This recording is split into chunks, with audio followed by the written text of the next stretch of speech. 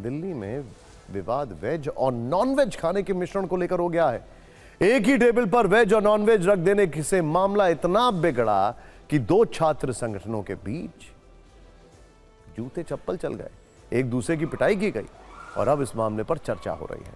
दरअसल दिल्ली में एक यूनिवर्सिटी है जिसका नाम है साउथ एशियन यूनिवर्सिटी। सार्क के सभी देशों से इस यूनिवर्सिटी को मान्यता है और यहां इन देशों के स्टूडेंट्स पढ़ाई करते हैं। मामला यह है कि कल महाशिवरात्रि थी तो इस यूनिवर्सिटी के कई छात्र व्रत पर थे। व्रत के दौरान वेज और नॉन वेज खाने पर झगड़ा बढ़ा, जिसके बाद एबीवीपी और एसएफआई छात्र संगठनों में मारपीट हुई। पूरे मामले के दो वर्जन हैं। एक वर्जन अखिल भारतीय विद्यार्थी परिषद यानी एबीवीपी का है और दूसरा स्टूडेंट फेडरेशन ऑफ इंडिया यानी एसएफआई का है। एसएफआई का आरोप है कि यूनिवर्सिटी में दो मेस हैं, एक मेस में फिश करी परोसी जा रही थी, जबकि एबीवीपी का आरोप है कि महाशिवरात्रि के दिन 110 छात्र छात्राओं ने व्रत रखा था। मेस प्रबंधक ने वेज नॉन वेज खाना अलग अलग बनाया। एसएफआई का दावा है कि जब फिश करी परोसी जा रही थी तब एबीवीपी के कुछ छात्र मेस में घुसे और उन्होंने फिश करी छीनने की कोशिश की।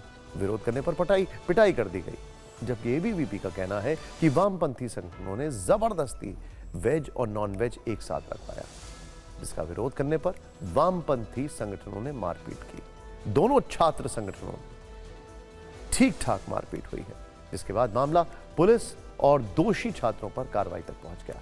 एबीवीपी ने यूनिवर्सिटी प्रशासन से धार्मिक भावनाओं को ठेस पहुंचाने वालों पर कार्रवाई की मांग की, जबकि यूनिवर्सिटी प्रशासन का कहना है कि कुछ छात्रों के बीच झगड़ा हुआ था।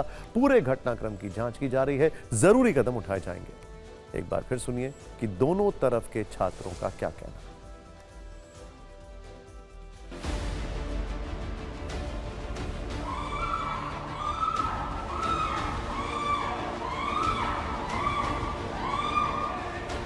हम देखते हैं कि वहाँ पर जहाँ पर सात्विक भोजन रखा हो उसके ठीक बगल में जो फिश कड़ी जो है वो रखी हुई है। हमारा ये पहले से डिसाइडेड था कि एक मैस में जो लोग जिनका व्रत है उनके लिए भोजन रहेगा, दूसरी मैस जो है उसमें सबके लिए भोजन रहेगा। पर जो रिप्रेजेंटेटिव खड़े थे वो कहते हैं कि डीओएस कौन होता है। मैं जब बोल रही हूँ कि यहीं पर रखा जाएगा तो यहाँ पर रखा जाएगा, जो कि कहीं ना कहीं हमारी भावनाओं को आहत करने वाला था।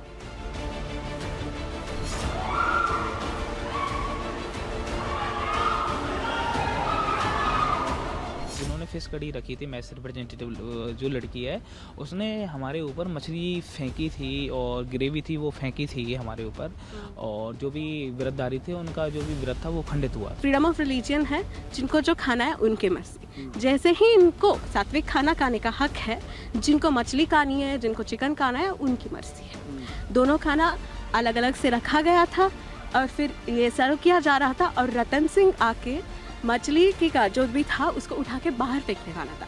इसके ऊपर जब उसको क्वेश्चन किया गया तब उसने लड़की के ऊपर हाथ उठाया। एडमिनिस्ट्रेशन जो है वो उस पर एक फेयर इंक्वायरी बिठाए और एक सेटिस्फैक्ट्री इंक्वायरी करके हम लोगों को जवाब दे।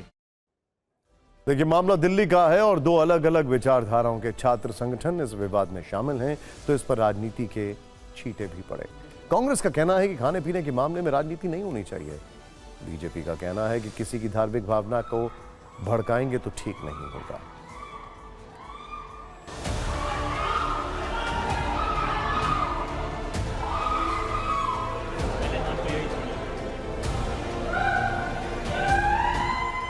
क्या ये गुनाह है नॉनवेज खाना? जो आपके लॉ मिनिस्टर हैं बीजेपी के, वो तो कहते हैं कि मैं बीफ खाता हूं।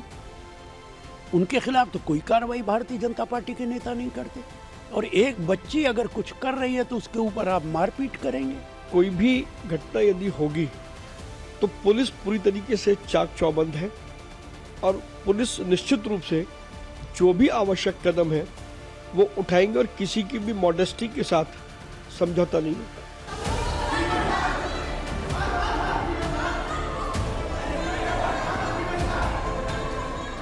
कौन व्यक्ति क्या खाए क्या नहीं खाए उसका व्यक्तिगत अधिकार है, व्यक्तिगत उसमें है। इसमें अगर रोज राजनीति करेंगे तो ये बड़ी दुर्भाग्य की बात होगी। लेकिन इसमें मारपीट करना, राजनीति लाना, ये सरासर गलत है एक यूनिवर्सिटी के एक संदर्भ में। इस तरह के विवादों के कारण दिल्ली की जवाहरलाल नेहरू यूनिवर्सिटी अक्सर चर्चा में रहती है, लेकिन साउथ एशियन यूनिवर्सिटी पहली बार ऐसे विवादों के कारण चर्चा में है। आपको बता दें कि साउथ एशियन यूनिवर्सिटी की स्थापना 2010 में हुई थी। यहाँ अलग अलग देशों के करीब 5000 छात्र पढ़ते हैं।